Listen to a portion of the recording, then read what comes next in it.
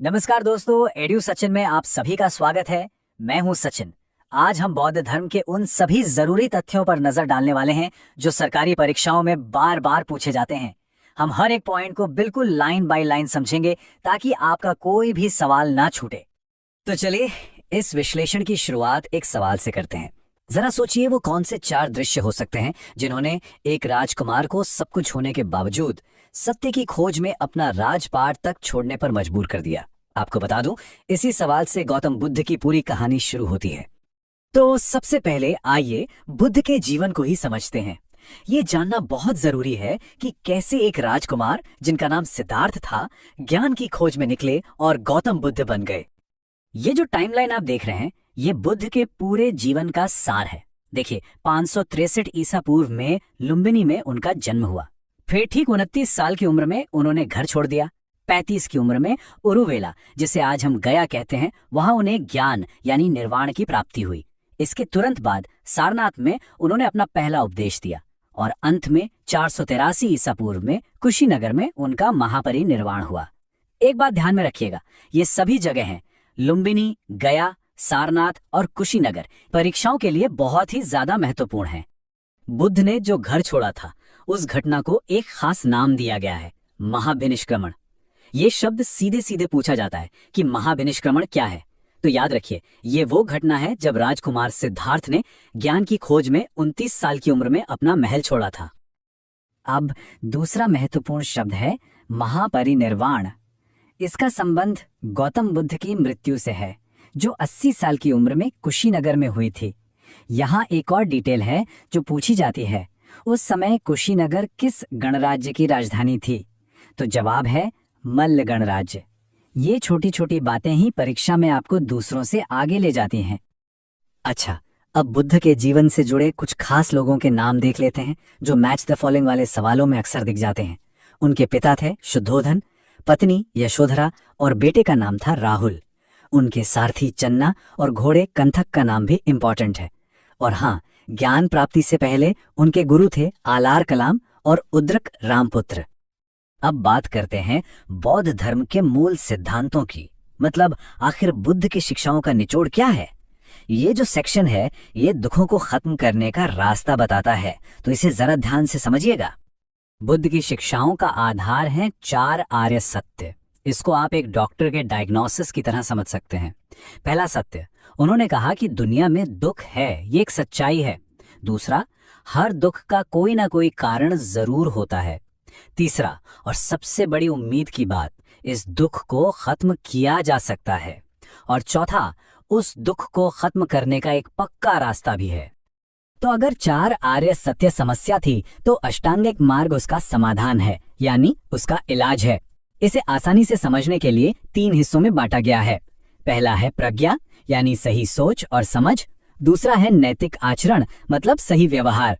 और तीसरा है मानसिक अनुशासन, यानी अपने मन पर काबू पाना। इन्हीं 3 के अंदर ये 8 रास्ते आते हैं।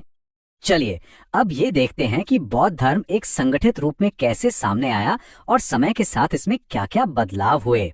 इसमें हम उन जरूरी बौद्ध परिषदों यानी बुद्धिस्ट काउंसिल्स की बात करेंगे जिन्होंने इस धर्म को एक ढांचा दिया।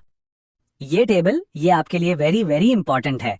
मैं तो कहूंगा कि इसका स्क्रीनशॉट लेकर रख लीजिए। यहाँ से सीधा सवाल बनता है।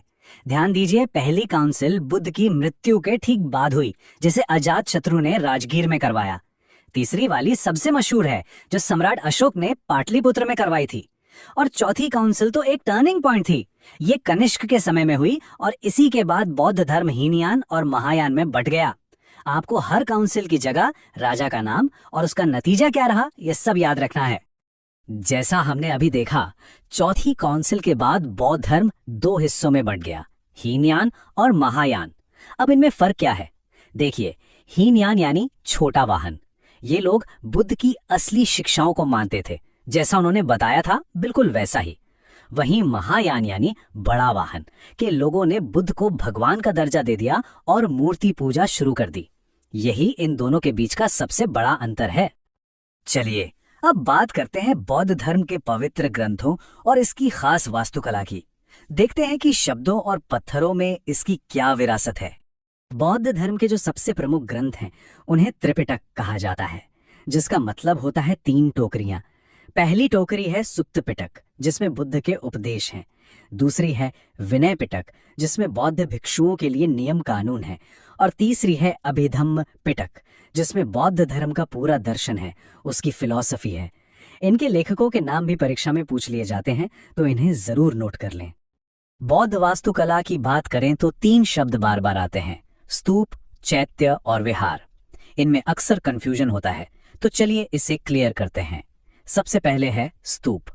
ये एक गुंबद जैसी बिल्डिंग होती है जिसके अंदर बुद्ध या किसी और पवित्र बौद्ध संत के अवशेष, जैसे कि उनकी हड्डियां या राख, रखे जाते हैं। दूसरा है चैत्य।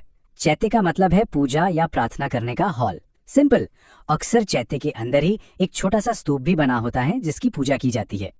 और तीसरा है विहार। विहार वो जगह है जहां बौद्ध भिक्षु रहते हैं, यानी उनका मठ या मोनेस्ट्री।